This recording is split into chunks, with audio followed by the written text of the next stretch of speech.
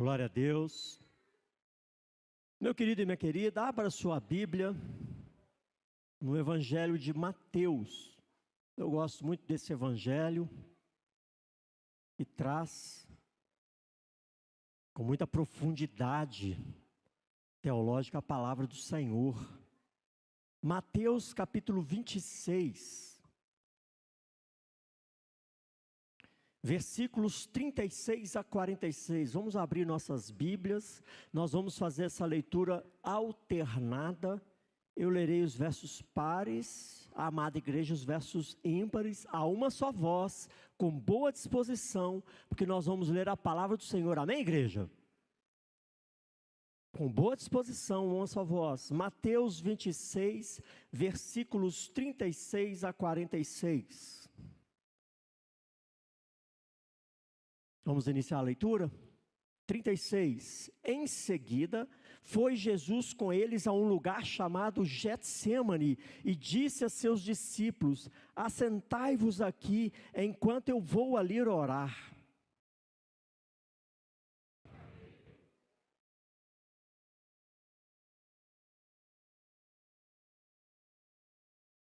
Então lhes disse: a minha alma está profundamente triste até a morte, ficai aqui e vigiai comigo.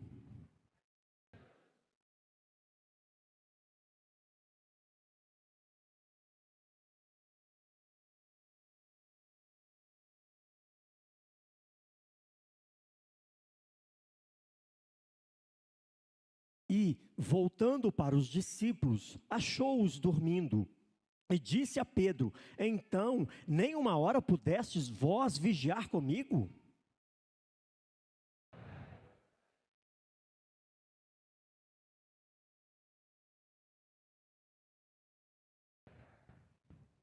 Tornando a retirar-se, orou de novo, dizendo: meu pai, se não é possível passar de mim este cálice sem que eu o beba, faça-se a tua vontade.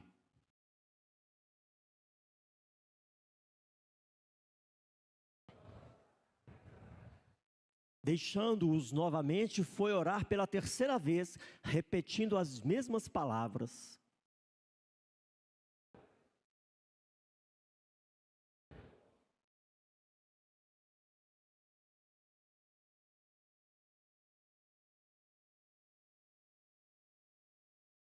Levantai-vos, vamos, eis que o traidor se aproxima. Amém, igreja? Queridos, vamos repetir todos a uma só voz o verso 39? Pode deixar sua Bíblia aberta nesse texto. Verso 39, todos juntos. Adiantando-se um pouco, prostrou-se sobre o seu rosto, orando e dizendo: meu pai, se possível, passa de mim este cálice. Todavia, não seja como eu quero, e sim como tu queres. Vamos orar? Feche os seus olhos. Pai, nós te louvamos pela tua palavra, que é lâmpada para os nossos pés, luz para os nossos caminhos. Te pedimos nessa noite bendita que teu Espírito Santo fale a cada coração. A tua palavra foi lida e será exposta, e que não seja eu, seja o teu Espírito, mestre por excelência, ó Pai, compartilhando, comunicando, transmitindo as verdades da tua revelação a cada coração. Que ninguém saia daqui da mesma forma que entrou, mas que todos nós saímos daqui, ó Pai, com a porção dobrada da tua graça. Derrama sobre o teu povo, derrama sobre a tua igreja a graça libertadora, salvadora, regeneradora, restauradora. Nós precisamos mais de ti e clamamos a tua presença em nosso meio, clamamos a ação do teu Espírito em nós e através de nós. Assim oramos e nos colocamos na total dispensação do Senhor nessa noite, em nome de Jesus. Amém, igreja?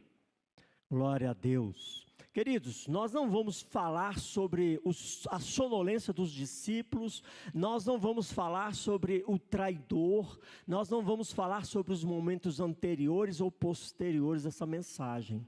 Nós vamos focar apenas nessa noite no verso 39, que traz para nós algumas verdades que nós precisamos entender e algumas condições necessárias para que a glória de Deus se manifeste em nós e através de nós. E Jesus Cristo, mestre por excelência, nos dá exemplo e direção de vida para aqui, agora e para todo sempre. Amém, irmãos? E há momentos na vida, nós aprendemos nas Escrituras, que há momentos na vida em que seguir a vontade de Deus parece fácil. Há momentos que parece fácil quando as portas se abrem, quando as orações são respondidas rapidamente, quando a saúde vai bem, quando a família prospera, está em paz, quando tudo parece cooperar para o seu bem. Há momentos assim. Mas também existem momentos em que obedecer a Deus custa caro. Momentos em que Deus não remove o cálice. Momentos em que o Senhor não muda as circunstâncias, mas muda o nosso coração para enfrentar circunstâncias difíceis. Foi exatamente nesse lugar que Jesus Cristo chegou naquela noite. Antes da cruz, irmãos, houve um jardim.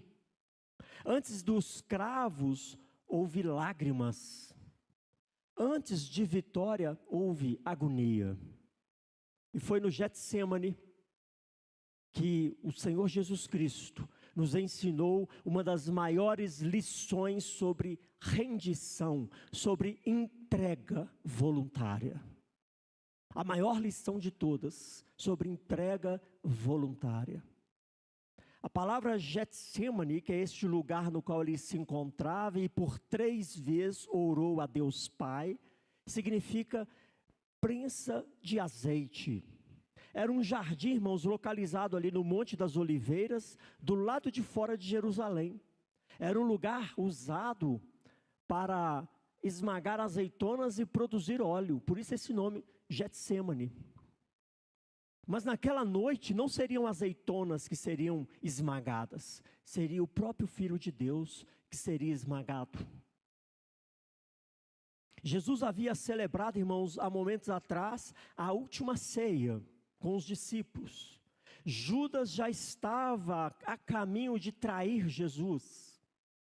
A cruz estava a poucas horas de distância de Jesus Cristo.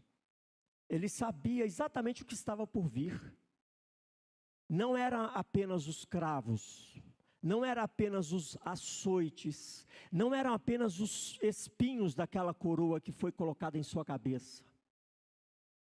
O verdadeiro horror daquela noite era o cálice de Deus. Queridos, na linguagem bíblica, o cálice frequentemente simboliza e aponta para o juízo divino. Jesus estava prestes a carregar sobre ele os pecados do seu povo.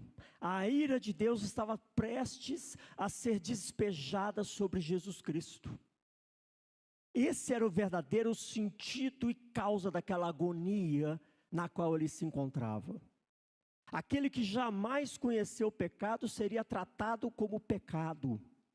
Aquele que era perfeitamente santo receberia sobre ele a condenação que pertencia a você, que pertencia a mim, que pertencia a nós. Quando observamos Jesus no Getsêmani, irmãos, descobrimos que a verdadeira fé não é a ausência de luta. A verdadeira fé, irmãos, é permanecer rendido e entregue à vontade de Deus, mesmo em meio às lutas, mesmo em meio às dificuldades. O texto, irmãos, nos apresenta, esse único versículo, nos apresenta 3 condições que transformaram a agonia do jardim na vitória da cruz.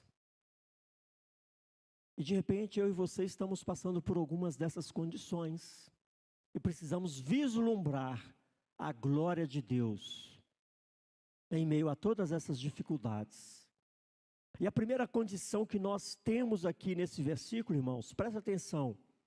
Talvez você esteja lutando com um cálice que você não escolheu. Qual tem sido o cálice que Deus tem colocado diante de você ou permitido você carregar? Qual tem sido o cálice?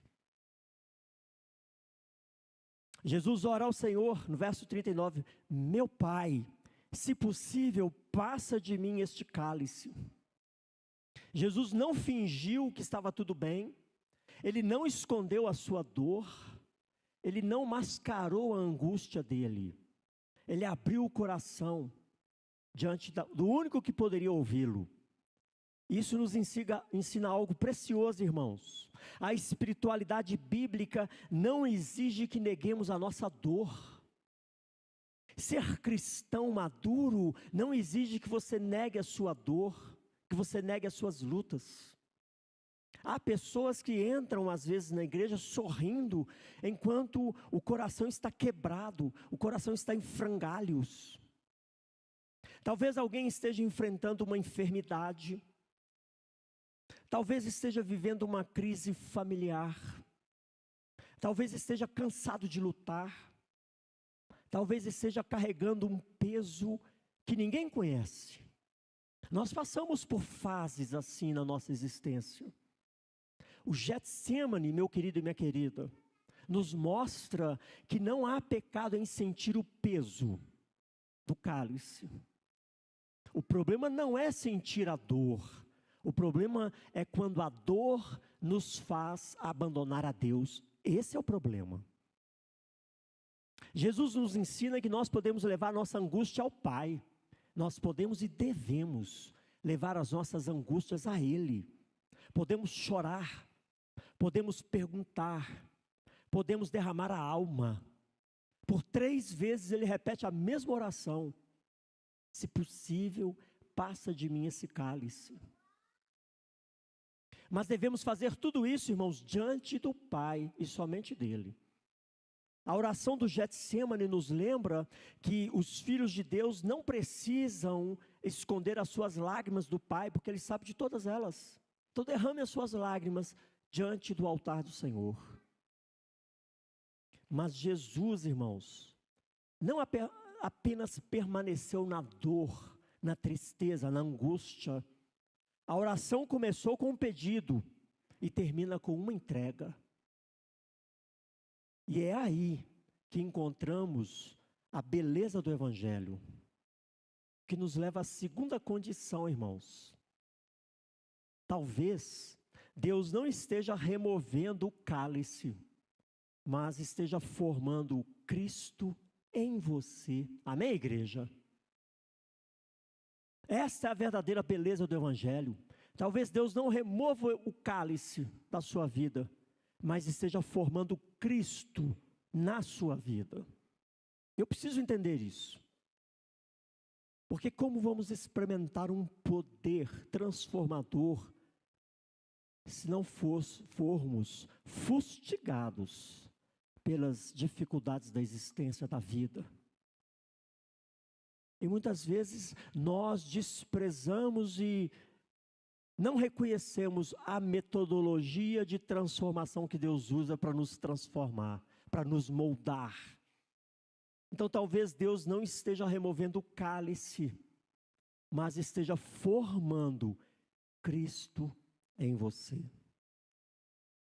Aqui no verso 39, parte B, Jesus continua, reconhece a dor, clama, remove, tira, mas ele completa: todavia, não seja como eu quero, e sim como tu queres. Encontramos aqui nesse verso 39, irmãos, um dos momentos mais chocantes de todas as Escrituras, porque não é qualquer pessoa que está pedindo e fazendo um pedido a Deus Pai, é o Deus Filho.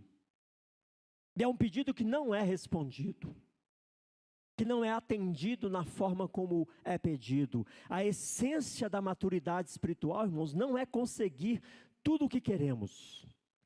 A essência da maturidade espiritual é desejar, acima de tudo, aquilo que Deus quer para a nossa vida. Amém, igreja? Guardou essa frase? A essência da maturidade espiritual é desejar, acima de qualquer coisa, aquilo que Deus quer para a minha vida. É isso que reflete uma maturidade espiritual.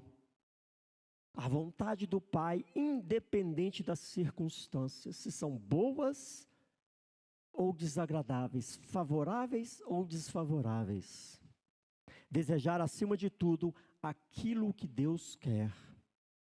Todavia não seja como eu quero, e sim como tu queres. Jesus completa aquele pedido feito em agonia. O Pai não removeu o cálice. O céu não enviou uma alternativa. Não houve mudança de planos. O sofrimento continuou e se agravou.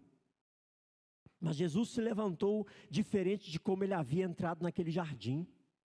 As circunstâncias não mudaram, o coração sim. Muitas vezes nós pedimos: Senhor, muda a situação. E pode ser que Deus te responda assim: primeiro eu vou transformar você nessa situação.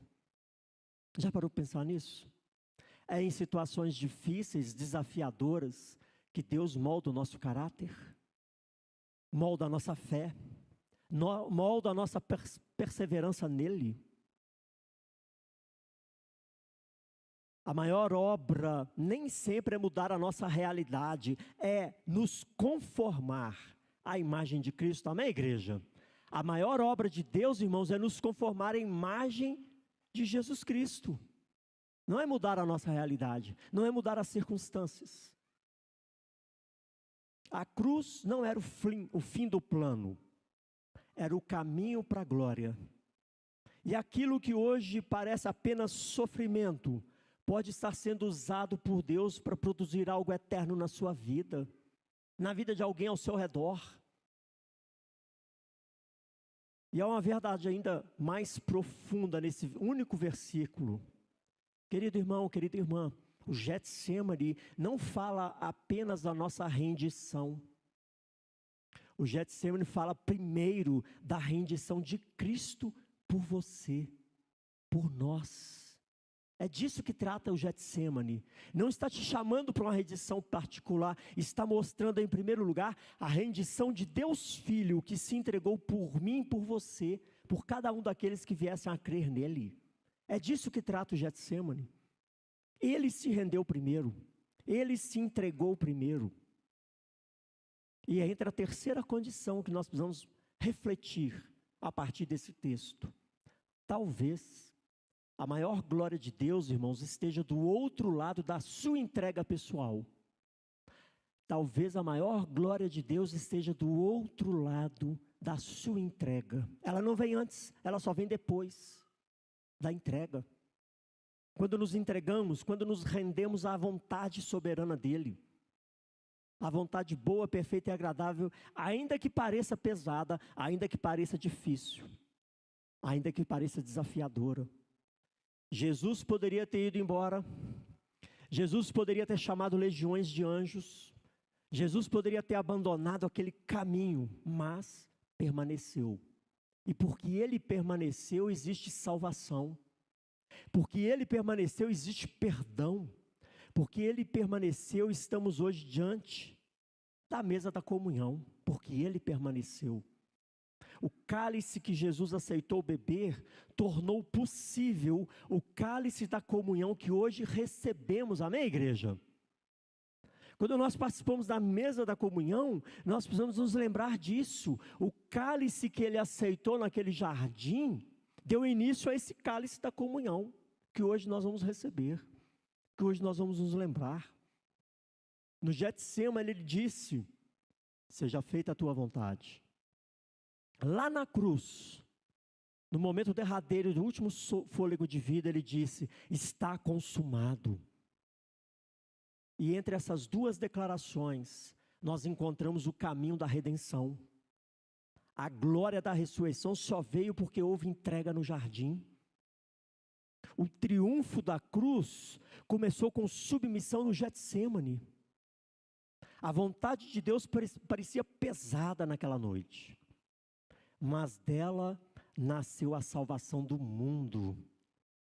Mas dela nasceu a sua salvação, a nossa salvação. E talvez seja exatamente isso que Deus esteja dizendo a você hoje. A sua entrega não é o fim da história. A sua rendição pode ser o começo de algo que manifestará a glória de Deus de uma forma que você desconhece, de uma forma que você ainda não consegue enxergar. Há momentos que nós só enxergamos o cálice, só enxergamos a dor, mas quando nos entregamos à vontade do Senhor, quando nós permanecemos firmes na presença do Senhor, nós não vislumbramos o que pode vir depois daquele cálice, daquele testemunho digno diante das lutas. Nós não vislumbramos, nós não enxergamos.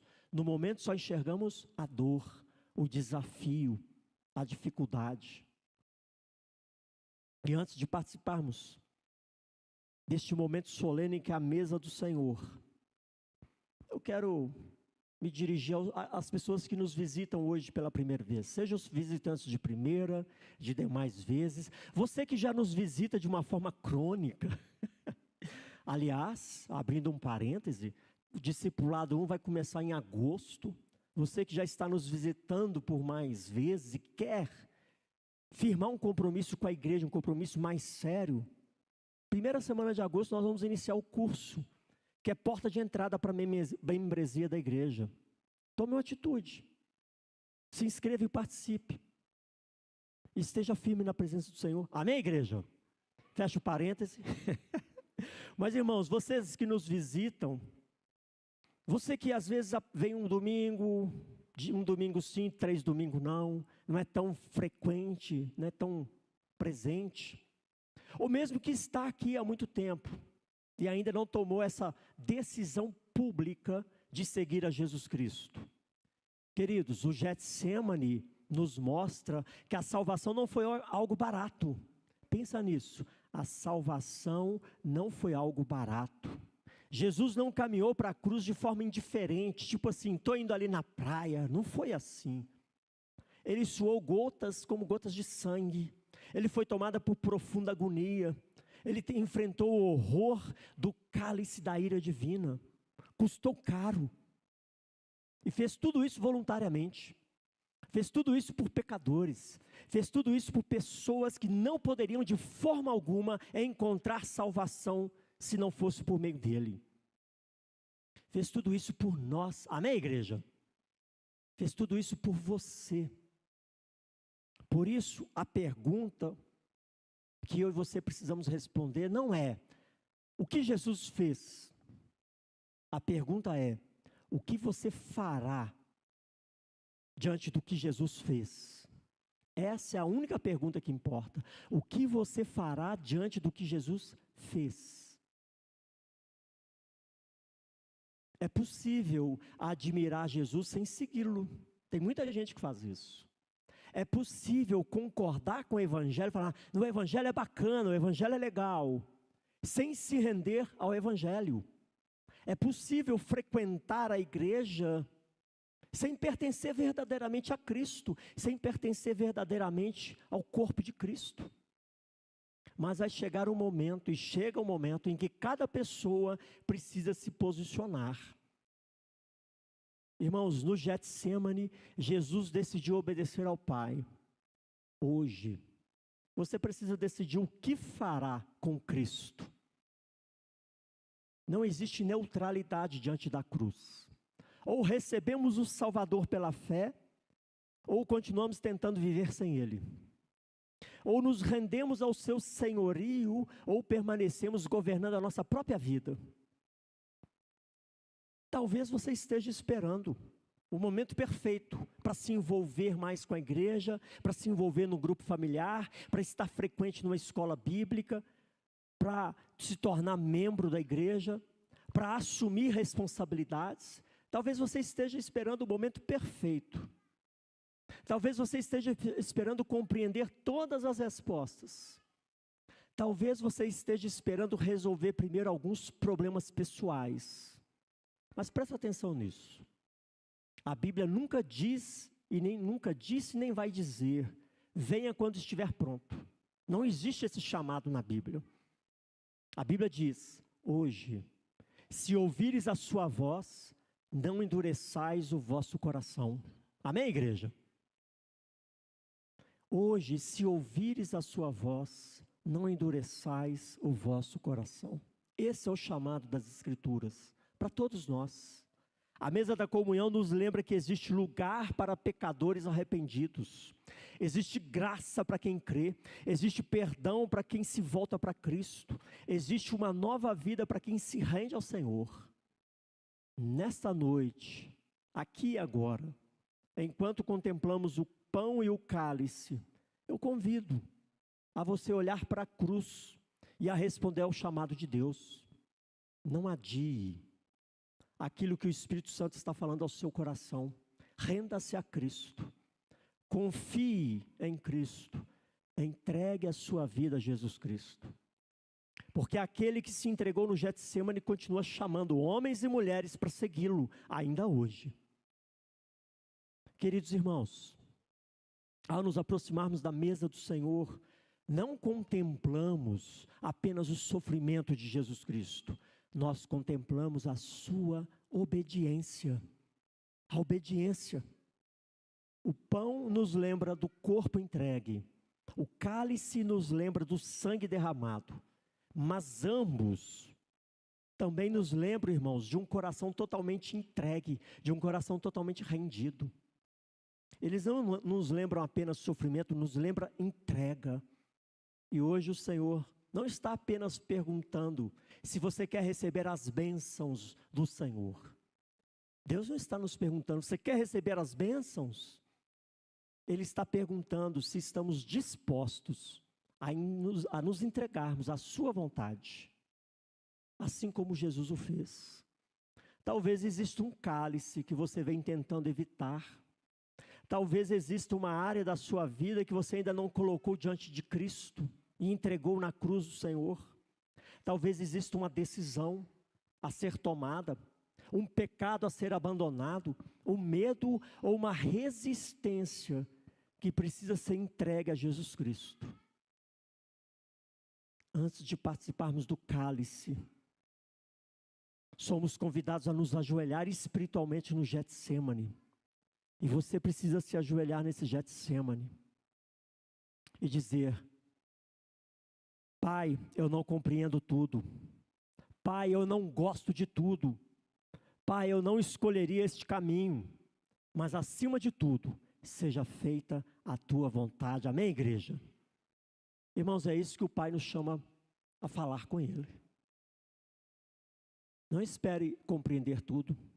Não espere saber todas as respostas. Não espere estar pronto. Apenas responda com obediência ao chamado do Senhor. É isso que importa. Porque quando a vontade de Deus se torna mais importante que a nossa, a glória de Deus começa a se manifestar através de nós. E foi exatamente isso que Jesus nos ensinou naquela noite, no Getsêmani. Amém, irmãos? Daquele cálice, daquela agonia, sendo aceito em obediência, a glória de Deus te alcançou, nos alcançou. E é essa vontade que nós precisamos nos render. Que não seja feita a minha vontade, sim a tua, na minha vida. Amém? Feche os seus olhos. Ore ao Senhor. Faça um exame. Nós vamos participar desses elementos já. Já aproveita e faça esse exame para participar da ceia do Senhor. Há alguma área da sua vida que você ainda não entregou? Entregue na cruz de Cristo. Há um cálice que você está tentando evitar? Se renda à vontade do Pai. Há um pecado que você está cultivando? Abandone e entregue esse pecado na cruz. E diga com sinceridade: Senhor, me ajuda, porque eu quero fazer a sua vontade e não a minha. Coloque a sua vida no altar. Curve-se no Getsêmani diante do Senhor.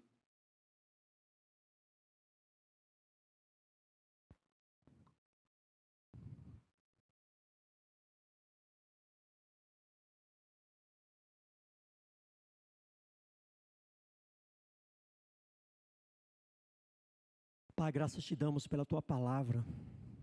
Te pedimos, ó Pai, nessa noite bendita, que o Senhor esteja visitando, esquadrinhando mentes e corações. Sonda-nos, ó Pai. Vê se há em nós áreas que ainda não foram entregues, e nos confronte com o seu amor, nos confronte com a sua graça, nos confronte com o seu chamado. Tira todo o embaraço, tira todo o apego, toda a cegueira espiritual, todo o fascínio, caia por terra em nome de Jesus. Que nessa noite, ó Pai, diante do Senhor, nos curvemos a Tua soberania, a Tua vontade que é boa, perfeita e agradável. Toque em cada mente, em cada coração, e traga, Senhor, a graça libertadora, restauradora, salvadora sobre cada um que se encontra aqui nessa noite. Que a Tua palavra, ó Pai, venha repercutir, venha germinar e venha trazer frutos dignos de arrependimento. Pois sabemos que a Tua vontade é melhor do que a nossa, e que seja feita a Tua vontade em minha vida, seja feita a Tua vontade nesta igreja, seja feita a Tua vontade em nossas famílias, em nome de Jesus. Amém, igreja?